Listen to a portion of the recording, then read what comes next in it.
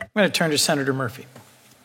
Thank you very much, Mr. Chairman. Let me just make one addendum to this discussion about what's happening in Gaza today. Last week, I visited a Connecticut-based emergency relief organization, AmeriCares. They deliver mainly emergency medicines into conflict areas. They are amongst a number of organizations that have suspended operations in Gaza. They're suspending those operations not because of a lack of access, not because of overly bureaucratic process at the ports. They are suspending their programming there because they don't think they can keep their people safe because of our inability to do deconfliction in a meaningful way. And so they are not likely to resume operations until there is a cessation of hostilities. And so we just have to be pretty clear-eyed about the fact that until the bombs stop dropping, until the shooting stops, it's going to be very, very hard to be able to do what we need to do inside Gaza and save the kind of lives we want to save.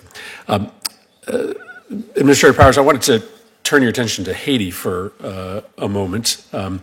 We have been the biggest humanitarian contributor to a country that continues to spiral out of control as gangs now control the majority of the capital, $171 million since October 2022. I think we should be proud of that fact.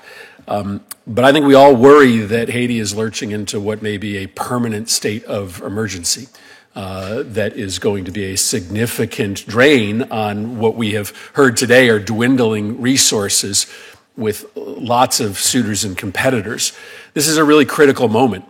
And I know there is a deep skepticism about the role that the United States has played and should play when it comes to restoring security in Haiti. I convened a meeting of Haitian American leaders in my state, and they had a variety of opinions as to what role the United States should play.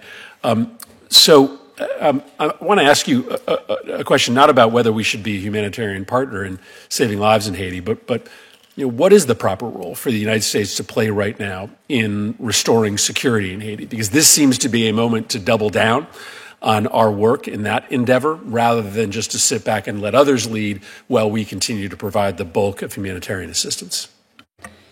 Well, just to embrace the premise of your question that there's no humanitarian fix to a complete breakdown in security as is happening in so many neighborhoods in the capital.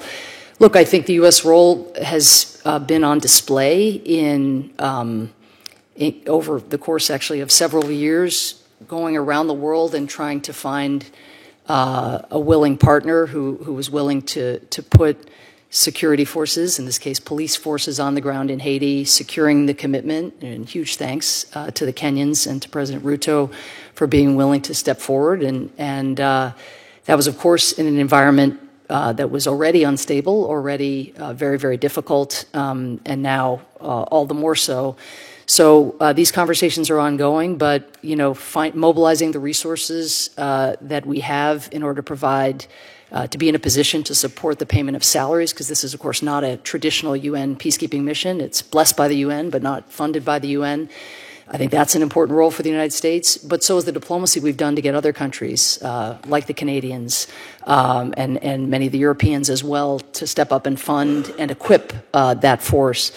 But the diplomacy around the three legs of the stool, right? Security, humanitarian welfare, and then governance, and the fact that there hasn't been a legitimately elected government in Haiti is something that has surely contributed to the breakdown in security, as well as gangs and others use that at least as a pretext for their vigilantism. So the efforts to pull together a transition, USAID stands ready with a lot of election support when we are in a position to provide it, and when there is a roadmap to elections.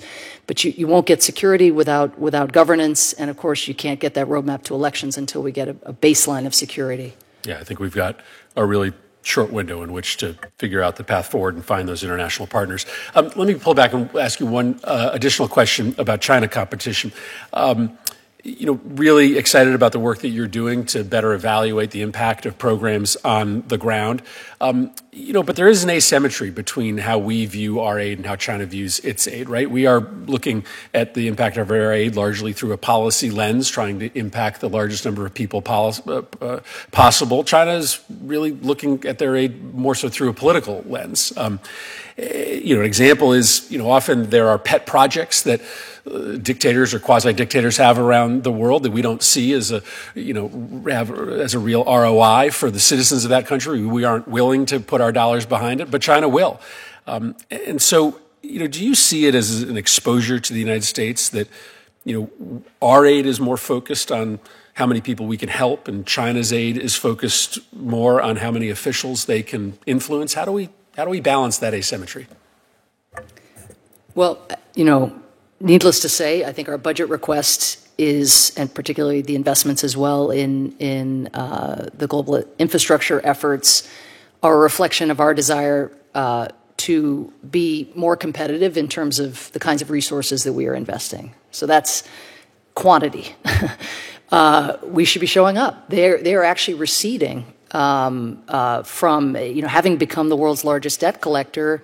Their investments are way down, in fact, over the last 2 or 3 years, having become overextended, not getting maybe the return on investment that they had sought. Being in that position of being debt collector, they're rethinking what they are doing. There's an opening. There's a real opening. But I do think our comparative advantage is quality, fundamentally, and that involves not only quality of infrastructure, transparent procurement, not having the investments we make benefit the few rather than the many, but it's also the quality of what, for example, an agency like USAID can come in with to align with infrastructure that is being built. So you've heard a lot about the Libido Corridor as the flagship initial major investment associated with the PGI. We are looking at mobile money, so that small-scale farmers can, better access resources in order to take that loan out, in order to be able to get the access to capital they need to grow their business for when that rail exists. And we'll actually support them in getting their goods to market. But getting them digitized is a prerequisite for the kind of growth that they envisage for themselves. USAID is funding a public-private partnership with the Department of Transportation in Angola to help them do other concessions for their infrastructure, but again, in a manner that is transparent, that changes the enabling environment, hopefully over time sees civil society also empowered to scrutinize what is being done in governmental circles. It's an entirely different model.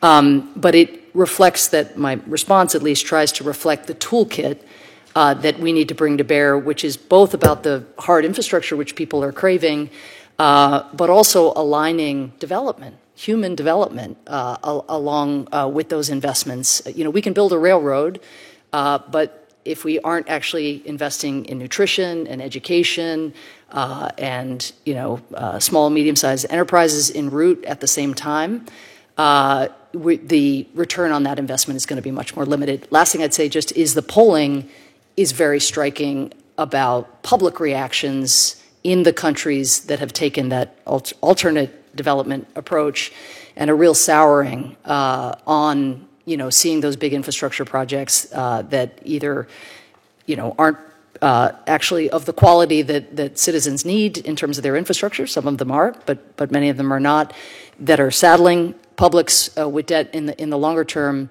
but also that are bringing in workers from outside the country rather than actually using infrastructure as a source of employment in the countries themselves. And so I think the polls are actually the best diagnostic about whether we need to change or whether we just need to scale what we are trying to do. Good. Thank you. Thank you, Mr. Chairman.